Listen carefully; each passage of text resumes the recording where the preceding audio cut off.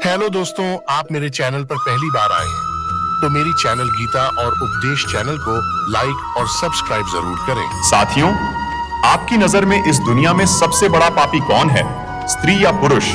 अगर आपको नहीं पता है तो इस कहानी को जरूर सुनिए। इसके बाद में आपको पता चल जाएगा कि भगवान श्री कृष्ण की नजर में सबसे बड़ा पापी कौन है, स्त्री या पुरुष। मित्रों, एक जंगल में एक तोता और मैना प्रेम पूर्वक आपस में मिलकर रहा करते थे। उनमें बहुत प्रेम था। एक दिन किसी विवाद के कारण तोता और मैना के बीच लड़ाई हो गई। तोते ने कहा कि इस संसार में सबसे बड़ी पापी और विश्वासघाती स्त्री होती है। मैना ने जवाब दिया कि इस संसार में सबसे ज्यादा पापी और विश्वासघाती पुरुष होते हैं। वे दोनों आपस में लड़ते रहे और अपने विवाद के निदान के लिए वे भगवान श्री कृष्ण के पास गए और अपनी बात बताई। श्री कृष्ण ने तोते से कहा, तुम कैसे कह सकते हो कि संसार में स्त्री पुरुषों की अपेक्षा ज्यादा पापी और विश्वासघाती होती है? साथियों, अगर आप यह कथा सुन रहे हैं तो पूरा सुनिए। इस कथा को आधा अधूरा छोड़कर जाने की गलती मत करिएगा, क्योंकि इस पवित्र कथा को पूरा सुनने से मनचाहे फल की प्राप्ति होगी और आपको बहुत ही बड़ा ज्ञान मिलेगा। इसलिए इस कथा को पूरा सुने। आप कृष्ण भक्त हैं तो कान्हा का अनादर ना करें। तब भगवान श्री कृष्ण से तोता बोला, प्रभु, मैं आपको एक कहानी सुनाना चाहता हूं जिससे हम सबको यह साबित होगा कि स्त्री पुरुषों की अपेक्षा ज्यादा पापी और विश्वासघाती होती है। फिर भगवान श्री कृष्ण बोले, ठीक है, तुम कहानी सुनाओ। तोता कहानी शुरू करने वाला ही होता है कि तभी माता रुक्मिणी आ जाती है और कहती है, प्रभु, मुझे भी यह कहानी सुननी है, मैं भी सुनना चाहती हूं। तब भगवान कृष्ण कहते हैं, ठीक है, बैठो, आप भी सुन लो। फिर तोता भगवान श्री कृष्ण और माता रुक्मिणी के सामने कहानी सुनाने लगता है। तोता कहता है कि एक राज्य में अग्रसेन नाम का राजा राज्य करता था। उसके पास 4 बेटे थे जो सभी बहुत ही बहादुर और प्रतापी थे। लेकिन सबसे बड़ा बेटा, जिसका नाम चंद्रसेन था, वह न केवल प्रतापी बल्कि बहुत ही सुंदर भी था। उसकी पत्नी चंद्रप्रभा भी बहुत ही सुंदर और रूपवान थी। वह अपने आगे किसी दूसरी स्त्री को सुंदर नहीं मानती थी। एक दिन राजा अग्रसेन ने अपने बेटे चंद्रसेन को उसकी किसी बात पर नाराज होकर राज्य से निकाल देने का आदेश दिया। राजा का यह आदेश सुनकर के सभी इस बात से चिंतित हो गए। फिर चंद्रसेन अपने महल में गया और उदास हो गया। उधर चंद्रसेन को उदास देखकर उसकी पत्नी ने पूछा, प्राणनाथ, आप उदास क्यों हैं? आप इतने मुरझाए हुए क्यों हैं? राजकुमार होकर भी आप इतने चिंतित क्यों हैं?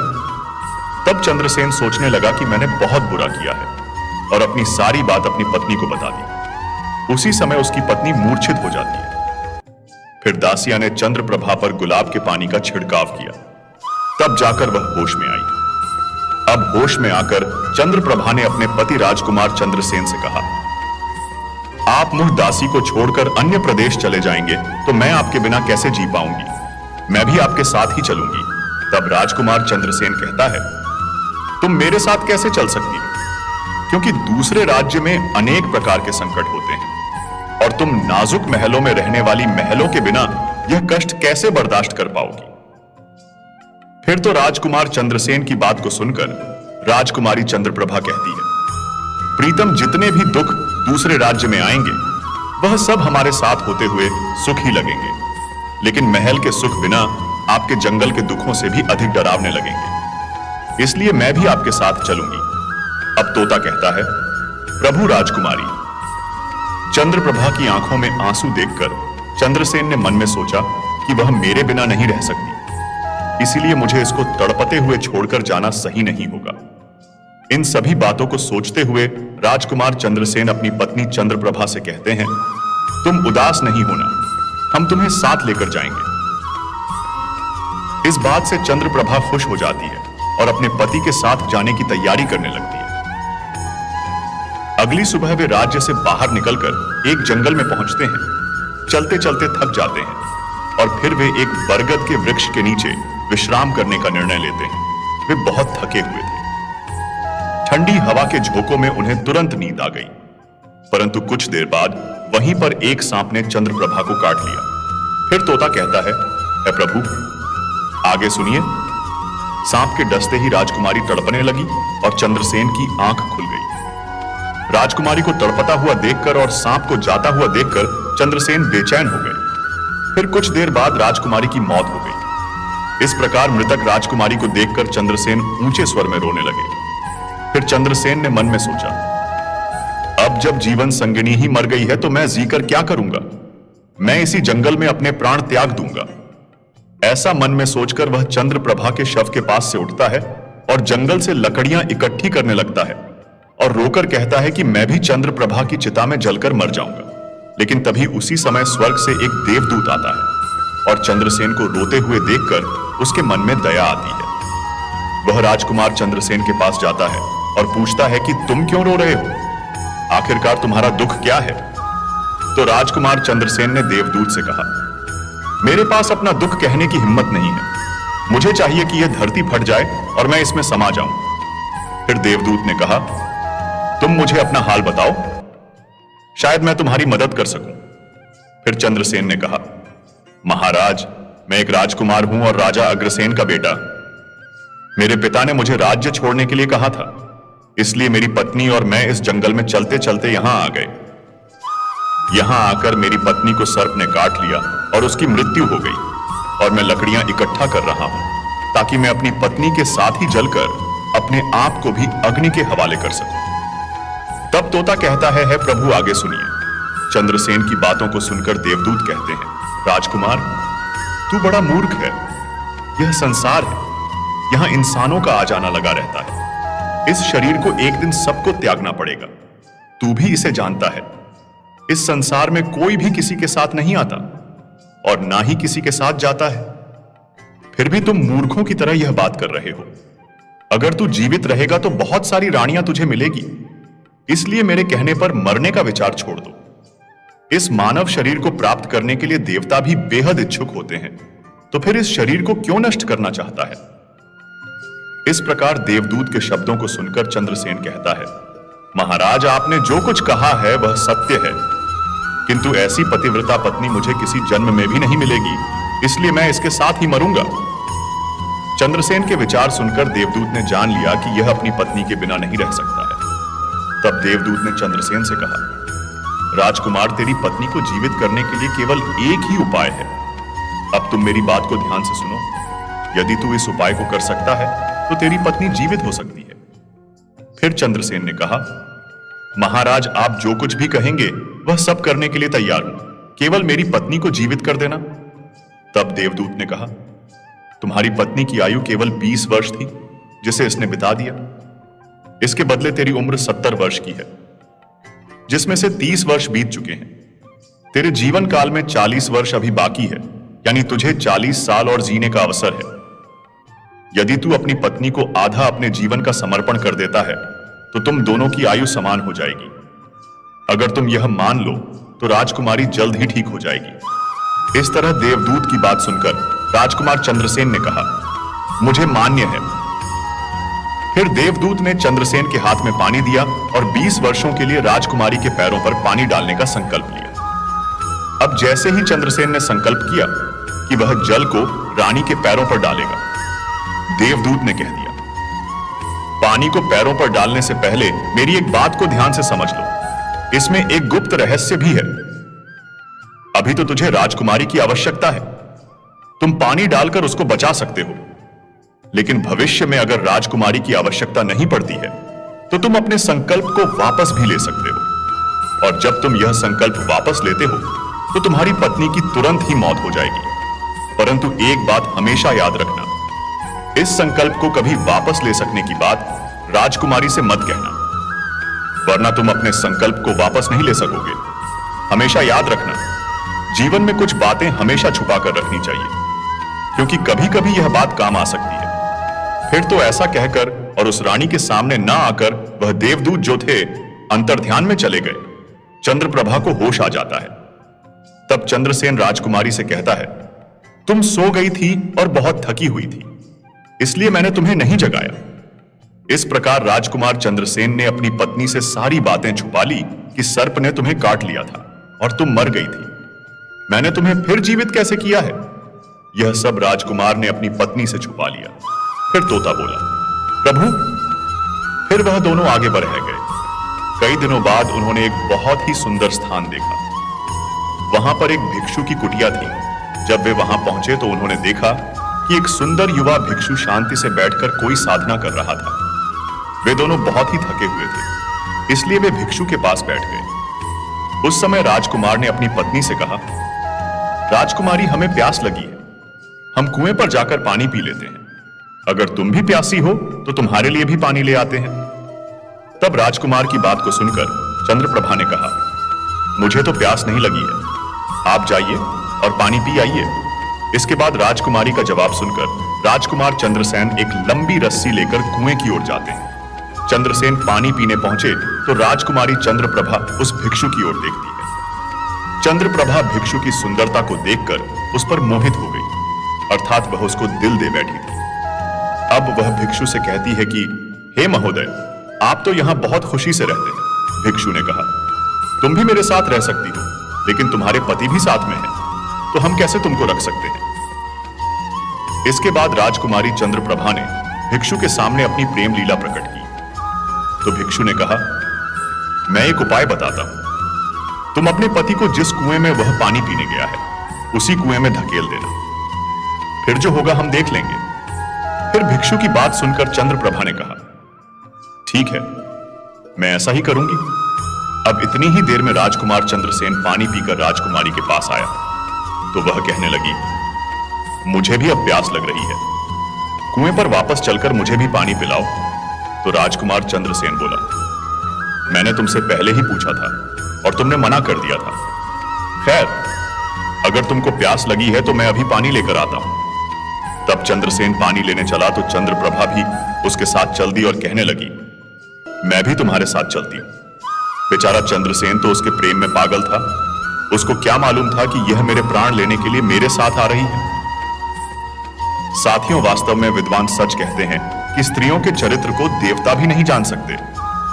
मानव क्या चीज है, उनके जाल में अच्छे बुद्धिमान भी फंस जाते हैं। जब राजकुमार चंद्रसेन कुएं पर जाकर पानी भरने के लिए बाल्टी डालता है तो चंद्रप्रभा अपने पति यानी राजकुमार चंद्रसेन को धक्का देकर कुएं में गिरा देती है और खुद उस भिक्षु के पास चली जाती है। वह भिक्षु राजकुमारी को अपने साथ ले जाकर एक राज्य में बस जाता है। वहां दोनों खुशी से रहने लगते हैं। भिक्षु ने फिर चंद्रप्रभा को ऐसा नाचना और गाना सिखाया कि वह नृत्यांगना के रूप में मशहूर हो गई। धीरे धीरे वह राजकुमारी पूरे नगर में प्रसिद्ध हो गई। इस तरह चंद्रप्रभा के नृत्य और गीत के कारण उस भिक्षु के पास लाखों रुपए बन गए। राजकुमारी भी उस भिक्षु के साथ मस्ती में रहने लगी। जिस समय चंद्रप्रभा ने अपने पति चंद्रसेन को कुएं में धकेल दिया था, तब संयोग से एक जंजीर जो कुएं में लटकी थी उसे चंद्रसेन ने पकड़ लिया था और उसको पकड़कर कुएं में लटकता रहा। ईश्वर को याद करते हुए वह सोचने लगा, क्या यही मेरे प्यार की सजा है। कुछ समय बाद बंजारों का एक काफिला वहां आया। काफिले में से एक बंजारा बाल्टी लेकर कुएं का पानी भरने लगा। जब उसने पानी में बाल्टी डाली तब चंद्रसेन ने उसकी बाल्टी को हाथ से पकड़ लिया। बंजारा यह देखकर चौंक गया और पूछा, तुम कौन हो।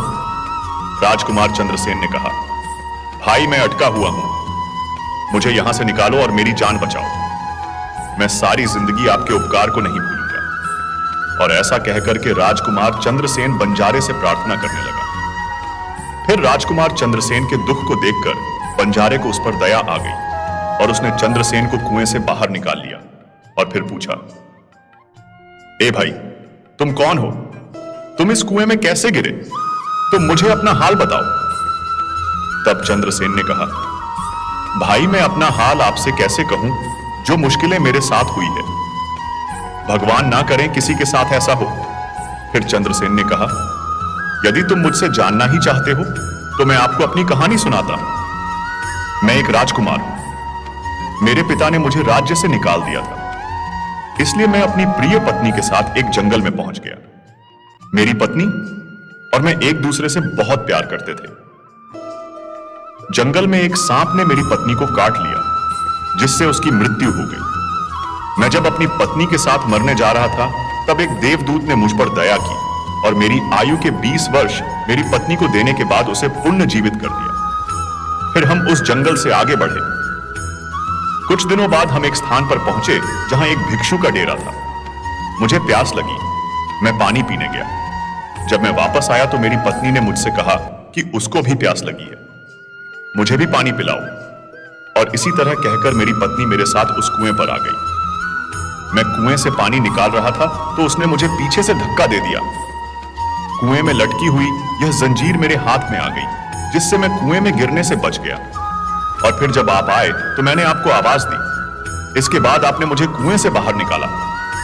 अब तोता बोला, प्रभु इस प्रकार राजकुमार चंद्रसेन ने दुखी मन से सारा हाल उस बंजारे से कह दिया और फिर अपनी व्यथा सुनाकर चंद्रसेन चुप हो गया। उधर बंजारे ने उसकी बात को सुना और राजकुमारी की करतूत सुनकर दुखी होकर कहा कि स्त्रियों का चरित्र भगवान भी नहीं समझ सकते तो मनुष्य कैसे समझ सकता है। ऐसा कहकर बंजारे ने चंद्रसेन के सिर पर हाथ फेरा और कहा, तुम चिंता मत करो, भगवान बड़े दयालु हैं, वह तुम्हारी सहायता करेंगे। फिर उसने और कहा, तुम चाहो तो हमारे साथ कुछ दिन रुक सकते हो। राजकुमार चंद्रसेन उन बंजारों के साथ रहने को सहमत हो गया। फिर उनकी सहायता से वह कुछ दिनों बाद उसी राज्य में पहुंचा जहां उसकी पत्नी चंद्रप्रभा और वह रह रहे थे। उस राज्य को देखकर उसने बंजारे से कहा, भाई मेरी इच्छा है कि तुम कुछ दिन इस राज्य में रहो। तब बंजारे ने कहा, जैसी आपकी मर्जी, मुझे कोई आपत्ति नहीं है।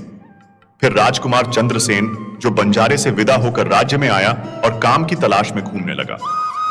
कुछ दिनों बाद राजकुमार की मेहनत परिश्रम देखकर उसे एक बड़े व्यापारी ने अपने पास नौकरी पर रख लिया। इस तरह राजकुमार चंद्रसेन ने उस व्यापारी के पास रहना शुरू किया और बड़ी मेहनत और प्यार से अपने कर्तव्यों का निर्वाह करना शुरू किया। यह देखकर उस व्यापारी ने चंद्रसेन को बड़ा सम्मान दिया और उसे अपने यहां का मुनीम बना लिया। और इस तरीके से राजकुमार चंद्रसेन के दिन बड़ी खुशी खुशी गुजरने लगे।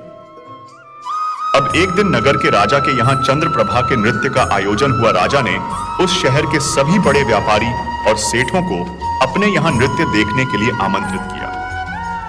जब राजकुमारी चंद्रप्रभा का नृत्य होने वाला था, शहर के सभी व्यापारी और सेठ साहूकार राजा के यहाँ पहुंच गए। चंद्रसेन, जो राजकुमारी के नृत्य और गायन की प्रशंसा सुनता था, उसने भी सोचा कि मुझे इस नृत्य को देखना चाहिए। वह भी राजा के दरबार में सेठ के साथ पहुंच गया। राजकुमारी ने अप्सरा के समान नृत्य किया और अपनी सुरीली आवाज में कई सुंदर रागों को प्रस्तुत किया। उसके गाने को सुनकर महफिल के सभी लोग आश्चर्य में आ गए और सभी ने बहुत सारे इनाम दिए। इसके साथ ही राजा से लेकर प्रजा तक सभी ने उसकी प्रशंसा की। राजकुमार चंद्रसेन ने अपने हाथ की अंगूठी निकली जिसमें हीरा जड़ा हुआ था और उस अंगूठी को चंद्रप्रभा को भेंट कर दी। इसके बाद चंद्रप्रभा ने अंगूठी को पहचान लिया और मन ही मन में कहने लगी, यह तो बहुत बड़ा आश्चर्य हो गया।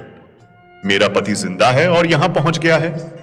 अब वह मुझे नहीं छोड़ेगा, इसलिए मुझे कुछ ऐसा करना चाहिए जिससे वह मारा जा सके। उसने मन में सोचा, अब मैं यहाँ के राजा को एक सुरीला गाना और नृत्य प्रस्तुत करती हूं जिससे वह खुश होकर मुझे कुछ मांगने के लिए बोलेंगे। तब मैं राजा के आदेश से उसे मरवा दूंगी। इसके बाद राजकुमारी चंद्रप्रभा ने एक सुरीला गाना और नृत्य प्रस्तुत किया। राजकुमारी की इस बसंत की बहार को सुनकर राजा खुश हुआ। वह चंद्रप्रभा बोले, मैं तुम पर बहुत खुश हूं, तुम मुझसे क्या मांगती हो? तब राजकुमारी ने कहा, अगर आप मुझसे प्रसन्न हैं तो सबसे पहले मुझे वचन दीजिए और फिर जो कुछ मैं मांगूंगी आप मुझे वही देंगे। फिर चंद्रप्रभा ने कहा, इस सभा में मेरा एक चोर है, कृपया उसे फांसी की सजा दें। राजा ने कहा, तुम उस चोर को मेरे सामने लाओ। चंद्रप्रभा ने चंद्रसेन का हाथ पकड़ा और उसे राजा के सामने ले गई। राजा ने अपने सैनिकों को आदेश दिया कि इस चोर को जल्लादों के पास ले जाओ और इसे फांसी पर चढ़ा दो। इसी बीच चंद्रसेन का सेठ भी वहां पहुंचा। वह डरकर चंद्रसेन के पास गया और पूछा, तुमने क्या चुराया इसका, जिसके कारण वह तुझे मारना चाहती है? चंद्रसेन ने अपने मालिक से कहा, मालिक मैंने कुछ नहीं चुराया है, बस आप इस राजा को केवल यह बता दो कि वह मेरी दो बातें सुन ले, इससे मेरी जान बच सकेगी। अब चंद्रसेन का मालिक इसे सुनकर अपने साथी व्यापारियों और साहूकारों के पास गया और सभी ने मिलकर मशवरा किया।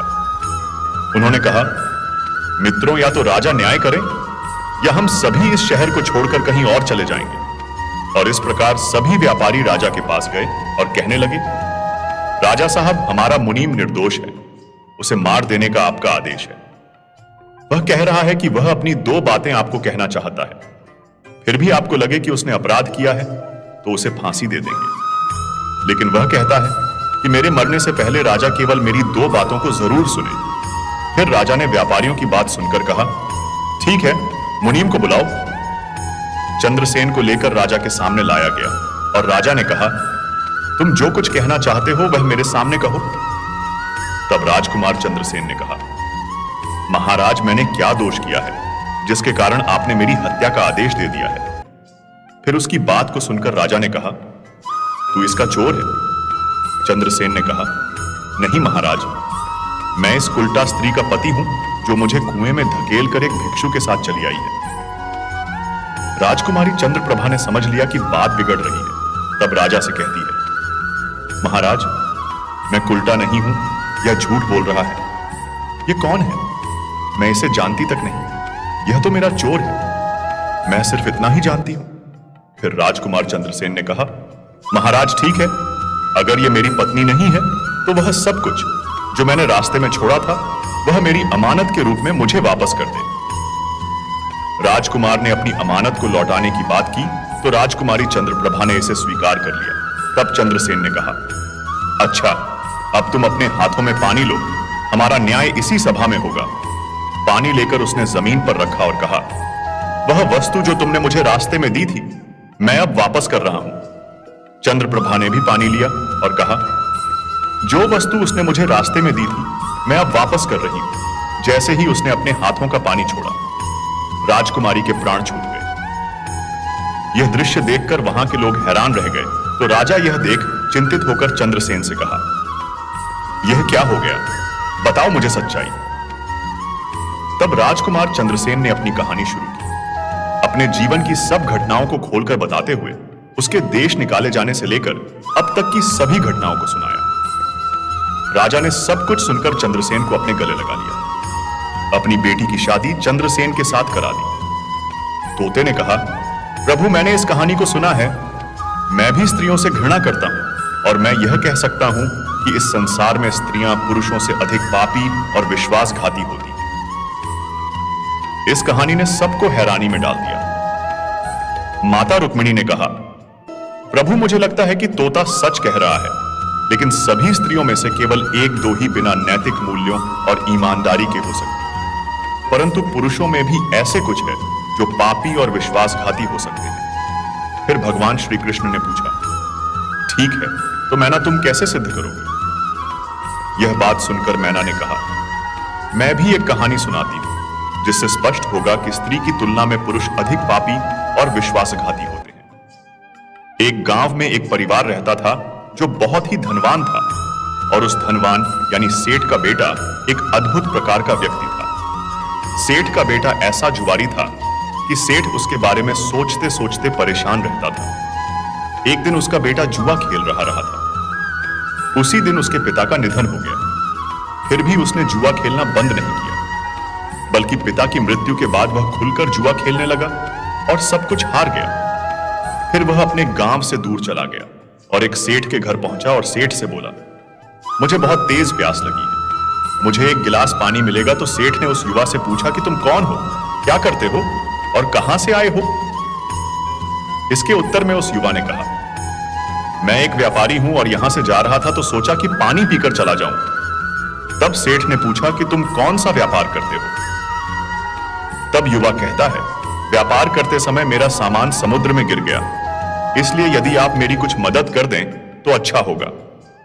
फिर सेठ ने लड़के की बात सुनी और फिर उसकी बातों के जाल में फंस गया और कहने लगा कि बेटा, तुम तो ठीक हो और कुछ कमा भी लेते हो, तो क्या मेरी बेटी से विवाह करोगे?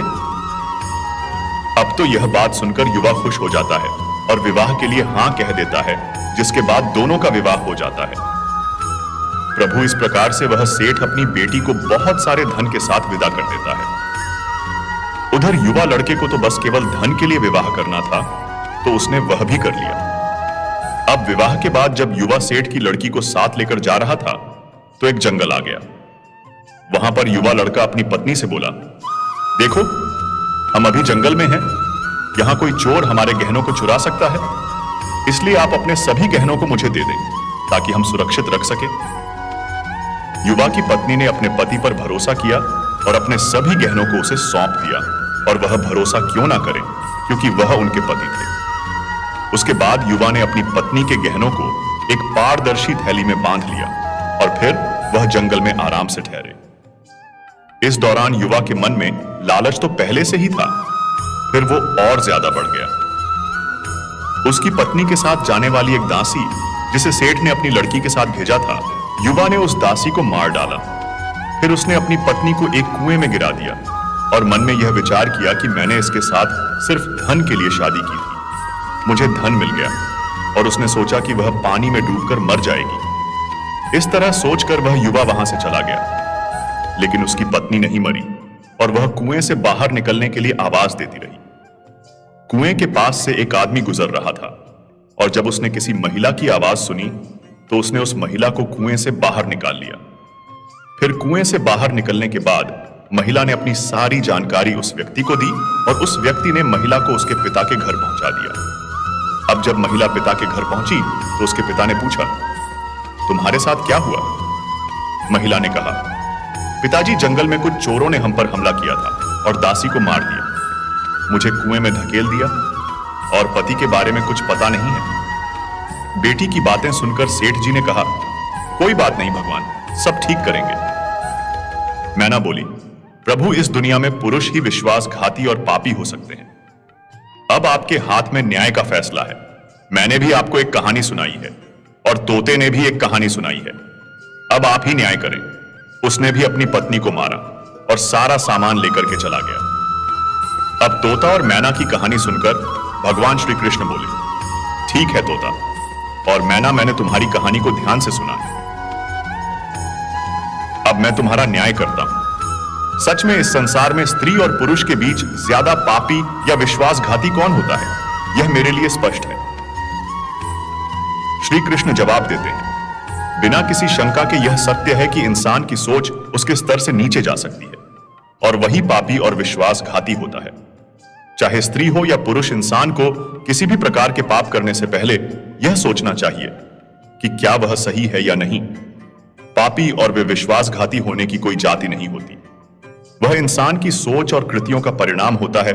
साथियों, वास्तव में इंसान की सोच उसके स्तर से नीचे जा सकती है और यही पापी और विश्वासघाती बना देता है। धर्म ग्रंथों के अनुसार महाभारत काल में योगी राज कृष्ण ने अमृतत्व प्राप्त करने वाले गुरु द्रोण के पुत्र अश्वत्थामा को भ्रूण हत्या के प्रयास दंड देते हुए उसकी अमूल्य धरोहर मणि छीन ली, जिसके अभाव में शक्ति विहीन हो गया था। उल्लेखनीय है कि अभिमन्यु की पत्नी उत्तरा के गर्भ में पल रहे शिशु को मारने का प्रयास अश्वत्थामा ने किया था। तब उसकी रक्षा के लिए स्वयं भगवान कृष्ण ने उत्तरा के गर्भ में प्रवेश कर भ्रूण रक्षा की थी। यही कारण है धर्म ग्रंथ में जीव अथवा भ्रूण हत्या के विरोधी है। धर्म ग्रंथों के अनुसार नारी को शक्ति का स्वरूप माना गया है। इसके लिए हर युग में महापुरुषों ने उसकी पूजा की है। नारी ने अपने गर्भ से महापुरुषों के साथ साथ ईश्वरीय शक्ति को भी जन्म दिया है। यही कारण कि नारी को जगत जननी एवं सृष्टि निर्माता भी कहा गया है और सृष्टि को समाप्त करने का अधिकार पृथ्वी लोकवासियों को किसी भी धर्म ग्रंथ ने नहीं दिया है। यही कारण है कि भ्रूण हत्या पाप ही नहीं, महापाप भी है। इस पाप के लिए पानी को 100 जन्मों तक नरक के कष्टों को झेलना होता है। देखा जाए तो महाभारत के युद्ध में एक से एक पाप हुए, लेकिन क्या अश्वत्थामा का पाप इतना बड़ा था कि भगवान श्री कृष्ण ने उसने श्राप दे दिया? रामायण के मुकाबले जितना छल और पाप महाभारत में हुआ, उसकी गिनती तक नहीं की जा सकती। दोनों तरफ से छल हुए, दोनों तरफ से मरने वालों की गिनती असंख्य रही, लेकिन जितने भी लोगों की मृत्यु हुई रणभूमि में हुई। दुर्योधन, दुशासन जैसे पापी और अधर्मी भी या तो जंग में मरे या फिर जंग में लगी चोटों के कारण, यानी सभी को स्वर्गलोक की प्राप्ति हुई। तो मित्रों, अब आपको पता चल गया होगा कि इस दुनिया में सबसे बड़ा पापी स्त्री है या पुरुष है। चाहे स्त्री हो या पुरुष हो, कोई भी हो, पर जो सबसे बड़ा पाप करता है वही पापी होता है। तो दोस्तों, कैसा लगा आपको आज का यह वीडियो कमेंट करके जरूर बताएं और हमारे चैनल को सब्सक्राइब करें। जय श्री राधे कृष्णा। धन्यवाद। हेलो दोस्तों, आप मेरे चैनल पर पहली बार आए हैं तो मेरी चैनल गीता और उपदेश चैनल को लाइक और सब्सक्राइब जरूर करें।